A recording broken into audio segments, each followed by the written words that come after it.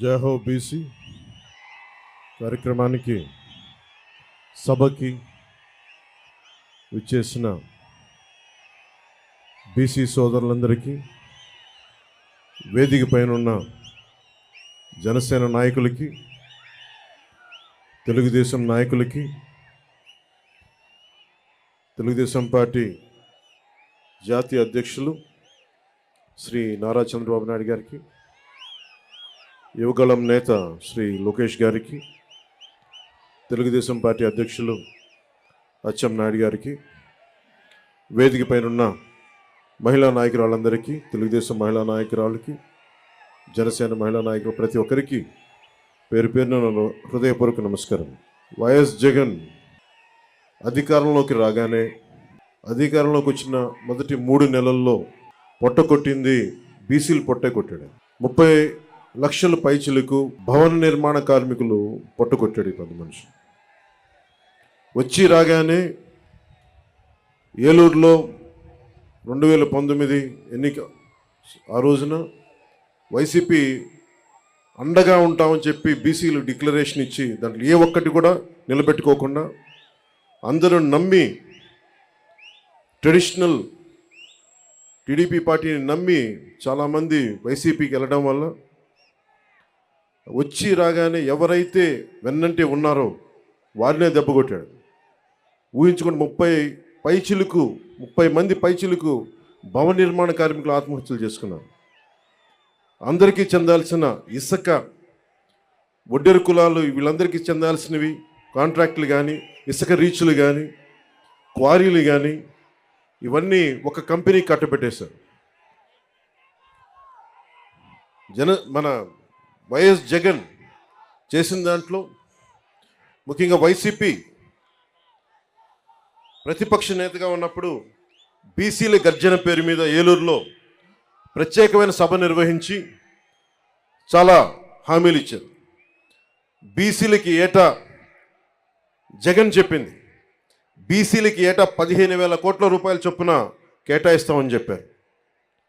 5 ఏళ్లలో 75,000 కోట్ల రూపాయలు బీసీల సంక్షేమానికి కేటాయిస్తామని చెప్పాడు. వాస్తవానికి 0. బీసీ కేటగిరీల్లో అన్ని కులాలకి 153 కులాలను గుర్తించమని బీసీ సంఘాలందరూ కోరుకుంటూ ఉంటారు. దాన్నే కుదించి 139 కార్పొరేషన్లు పెడతామని చెప్పి దానిని 53 కార్పొరేషన్లు కుదించి 56 కార్పొరేషన్లు కుదించి వాటికి కుర్చీలు కూడా లేని పరిస్థితి. బడ్జెట్ 0. వైఎస్ఆర్ చేయూత పథకం కింద 45 ఏళ్ళు నిండిన ప్రతి మహిళకి 75,000 అందిస్తామని చెప్పారు. బీసీ మహిళలకి పథకం అందుతున్న లబ్ధిదారుల్లో చాలా వరకు కోత పడతా ఉంది. శాశ్వత ప్రాతిపాదికన బీసీ కమిషన్ ఏర్పాటు చేస్తామని చెప్పారు. ప్రత్యేక బీసీ కమిషన్ ఊసేలేదు. బడ్జెట్లో 3వ వంతు బీసీలు కేటాయిస్తామని చెప్పారు. అది పూర్తిగా విస్మరించారు. ఇందాక బీసీ డిక్లరేషన్ చూస్తున్నప్పుడు బీసీ ప్రత్యేక రక్షణ చట్టం చూడగానే నాకు ఒకటే గుర్తొచ్చింది. వైసీపీ పాలన వచ్చినప్పటి నుంచి దాదాపు 23 నుంచి 26 వేల మంది బీసీల పైన కేసులు పెట్టారు. 300 మంది బీసీలని చంపేశారు. ఇక అచ్చెన్నాయుడు గారు లాంటి బీసీ నాయకుల మీద ఎలాంటి దాడులు జరిగినాయో, ఇక ఎస్సీల మీద ఎలాంటి దాడులు జరిగినాయి మీ అందరికీ తెలుసు. ముఖ్యంగా ఈరోజు బీసీ సభలో కాబట్టి ప్రత్యేకంగా బీసీ నేను సంఘటనలు చెప్తా ఉన్నాను. ఇందాక సోదరులు లోకేష్ గారు చెప్తున్నట్టుగా గుంటూరు జిల్లాలో జరిగిన సంఘటన, పాపం అమర్నాథ్ గౌడ్ అక్కని ఏడిపిస్తూ ఉంటే అడ్డుకున్నందుకు వైసీపీ నాయకులు చెరుకు తోటలోకి తీసుకెళ్ళి పెట్రోల్ అంటించి చంపేశారు. చాలా హృదయం కలిచివేస్తుంది. పట్టించుకునేవాళ్ళు లేరు, మాట్లాడేవాళ్ళు లేరు. వైసీపీలో ఉన్న బీసీ నాయకులు కూడా మీరు కూడా ఒకసారి పునరాలోచించుకోవాలి. గుడ్డిగా కనుక వైసీపీ నాయకులు వెనకేసుకొస్తే కులానికి కూడా ద్రోహం చేసిన వాళ్ళు అవుతారు. ఒకసారి ఆలోచించుకోండి. అలాగే 23 నుంచి 26 వేల మంది బీసీ యువత, బీసీ ప్రజల్ని కేసులు పెట్టారు. ఇదివరకు ఎస్సీ పరిరక్షణ చట్టం ఎలా ఉంది, ఎస్సీ ఎస్టీ అట్రాసిటీ యాక్ట్ ఎలా ఉందో, ఈ రోజున వైసీపీ పాలనలో బీసీలకు కూడా ప్రత్యేక రక్షణ చట్టం అవసరమైంది. అది చెప్పగానే మొట్టమొదట బీసీ రక్షణకి చాలా అవసరం అని చెప్పి మనస్ఫూర్తిగా నా మద్దతు తెలిపాను వీటన్నిటికీ. ఈ రోజున జనసేన సంబంధించినంత వరకు బీసీలకి సంబంధించి నేను రామ్ మనోహర్ లోహియా గారి సిద్ధాంతాలకి ఆకర్షితునైన వాడిని. బీసీలకి సాధికారత ఉండాలి, ఇవన్నీ ఆలోచించేవాడిని. బీసీలకి మిగతా కులాలకి ఐక్యత ఉండాలి. కేవలం సంఖ్యాబలం ఉన్న బీసీ కులాలే కాదు, అల్పసంఖ్యాక బలం ఉన్న బీసీ కులాలకు కూడా ఎక్కువ అభివృద్ధి రావాలి. బీసీ కులాలన్నిటికీ ఎంతసేపు యాచించే స్థాయి నుంచి శాసించే స్థాయిలో బీసీ కులాలు ఉండాలి మనస్ఫూర్తిగా ఆకాంక్షించేవాడిని, కోరుకునేవాడిని. బీసీ కులాలు భారతదేశపు సంస్కృతికి సాంప్రదాయాలకి వెన్నెముక. బీసీ కులాలు లేని సమాజం, బీసీ కులాలు లేని భారతదేశం మనం ఊహించుకోలేం. భారతదేశం సంస్కృతి సాంప్రదాయాలని కాపాడుతుంది మెజారిటీ బీసీ కులాలే కాపాడుతూ ఉన్నాయి. అలాంటి బీసీ కులాలు చేతి వృత్తుల్ని కానీ, ముఖ్యంగా దేవాలయాల్లో మనకి ఆచార వ్యవహారాల్లో బీసీ కులాల తాలూకు వృత్తి నైపుణ్యాన్ని, చేతి కళల్ని ముఖ్యంగా దేవాలయాలు కార్యక్రమాలకు అనుసంధానం చేయాలి. తద్వారా వాళ్ళకి చాలా బలమైన ఆర్థిక పరిపుష్టి కలిగించే అవకాశం ఉందని నాకు చాలామంది బీసీ మేధావులు చెప్పారు.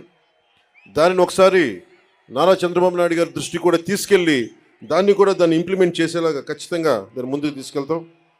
ముఖ్యంగా వడ్డెర కులస్తులు బ్లాస్టింగ్లు జరుగుతూ ఉంటాయి.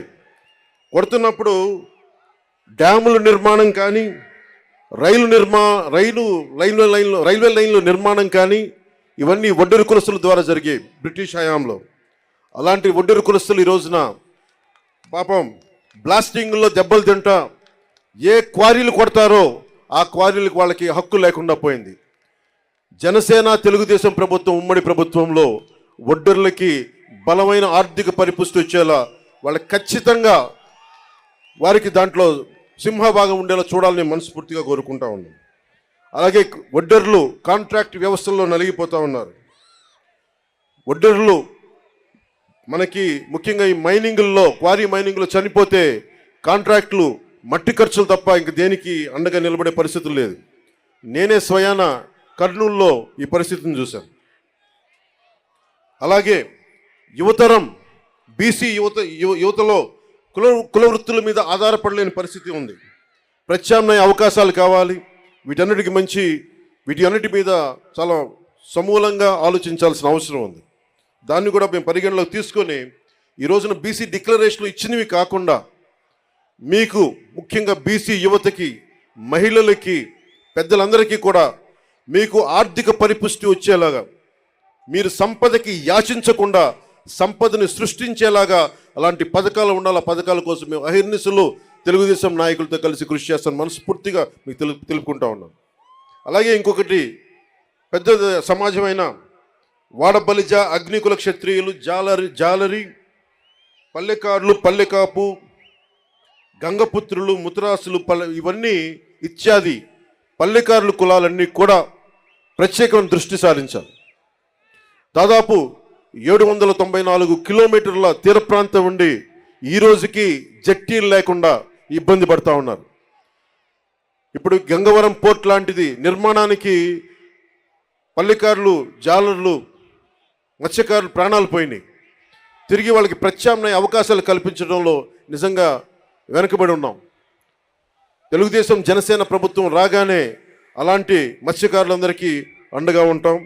అలాగే ప్రతి 30 కిలోమీటర్లకు కూడా జట్టీలు ఉండాలనేదే నా ఉద్దేశం. దాన్ని కూడా చంద్రబాబు నాయుడు గారి దృష్టికి తీసుకెళ్ళి ప్రభుత్వం ఏర్పాటు చేయగానే ఎంత తొందరగా ప్రారంభించాలో, ఎంత త్వరగా జట్టీలు ప్రారంభించాలో కూడా దాని వైపు దృష్టి సారిస్తాం. ముఖ్యంగా మత్స్యకారుల పిల్లల్లో బాల కార్మికులు ఎక్కువైపోయారు, స్కూళ్ళు సరిగ్గా లేక.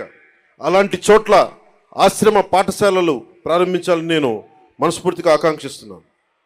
అలాగే మేము చేసింది, మా నాయకర్ గారు కానీ మేమందరం చేసింది, జగన్ వచ్చి రాగానే బీసీల దగ్గర డబ్బు ఉండకూడదు, బీసీల దగ్గర డబ్బు ఉండకూడదు, పల్లెకారుల దగ్గర డబ్బు ఉండకూడదు, మత్స్యకారుల దగ్గర డబ్బు ఉండకూడదు అని చెప్పి జీవో 217 పట్టుకొస్తే ఆ రోజున మేము నర్సాపూర్లో నేనే స్వయంగా ఆ జీవో 217 2 ముక్కలుగా చించేశాం. ఏదైనా సరే ఒకటే మాట చెప్పి నేను ముగిస్తా ఉన్నాను. మీ అభివృద్ధికి 153 కులాల సముదాయమైన బీసీ కులాలకి జనసేన అండగా ఉంటుంది. మీకు ఆర్థిక పరిపుష్టిని చేకూర్చేలా మీకు అండగా ఉంటాం. మీ మీద దాడులు జరిగితే మా ప్రాణాలు అడ్డేసి మరి మిమ్మల్ని కాపాడుకుంటాం. అలాగే అన్ని కులాలతో కూడా, ముఖ్యంగా మన బీసీ కులాల్లో కూడా ఐక్యత చాలా అవసరం. ఈ రోజున మనల్ని మనం ముందుకు తీసుకెళ్లాల్సిన పరిస్థితి ఉండి 153 కులాలంటే దాదాపు 53% పై శాతం జనాభా, 5 కోట్ల జనాభాలో అత్యధిక శాతం బీసీలే. అత్యధిక శాతం ఉండి ఈ రోజున మన ప్రాణరక్షణకి చట్టాలు కల్పించుకునే పరిస్థితిలో ఉన్నామంటే జగన్ గారి నుంచి అది జగన్ గొప్పతనం కాదు, మన అనైక్యత, మన బీసీ కులాల్లో ఉన్న అనైక్యత. మన ఐక్యతగా ఉంటే ఏ జగన్ కాదు, ఏ భూతం కూడా మనల్ని ఏమీ చేయలేదు. నేను అందుకనే ఇదే మంగళగిరిలో వైసీపీ వ్యతిరేక ఓటు చీలకూడదు అన్న మాట అన్నానంటే మన బీసీలు బాగుండటానికి కూడా దాని వెనుక మూల కారణం. మీ భవిష్యత్తు బాగుండాలి, అందరూ ఆనందంగా ఉండాలి. భవిష్యత్తులో మీకు జనసేన ఈ కూటమి తరపు నుంచి ఎప్పుడు మీకు అందుబాటులో ఉంటాం. ఎందుకంటే టీడీపీకి ఉన్న మంచి పేరే రామ్ మనోహర్ లోహియా గారి ఆలోచన ధోరణితోటి బీసీలకి అత్యధికంగా పీటు వేసిన పార్టీ. దాన్ని ఎవరు కాదనరు, విస్మరించలేరు.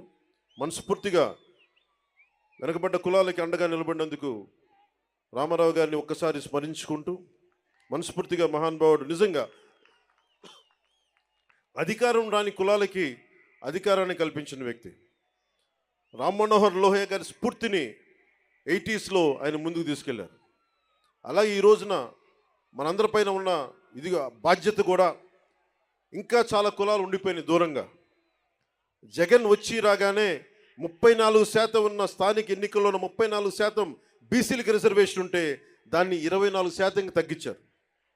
24% తగ్గిస్తే